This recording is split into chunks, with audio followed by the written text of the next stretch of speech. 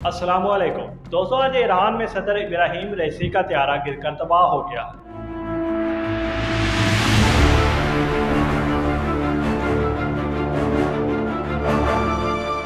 दोस्तों, ईरानी सदर इब्राहिम रईसी अजरबैजान के सदर के साथ एक डैम का इफ्तिताह करने के बाद वापसी के दौरान उनका त्यारा गिरकर तबाह हो गया है। दोस्तों, इस त्यारे में ईरानी सदर इब्राहिम रईसी के साथ ईरानी वजीर खारजा हुसैन मीर अब्दुल्लाहियान, ईरान के मशरकी सूबे के गवर्नर मलिक रहमती और ईरान के सुप्रीम लीडर अली खamenei के मशरकी अजरबैजान के नुमाइंदे मोहम्मद अली अल हाशम समेत कुल 9 अफराद सवार थे। दोस्तों, ईरानी ऑफिशियल का कहना है कि त्यारा मुल्क के शुमाल में शदीद धुंध में मुश्किलात का शिकार होने के बाद गिरकर तबाह हुआ है।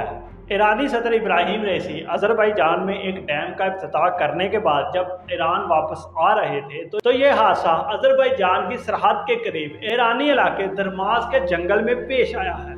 ईरान के सुप्रीम लीडर आयतुल्लाह खamenei ने सदर इब्राहिम रईसी की वफात के बाद नायब सदर मोहम्मद मुकबर को अबूरी जिम्मेदारियां सौंप दी हैं।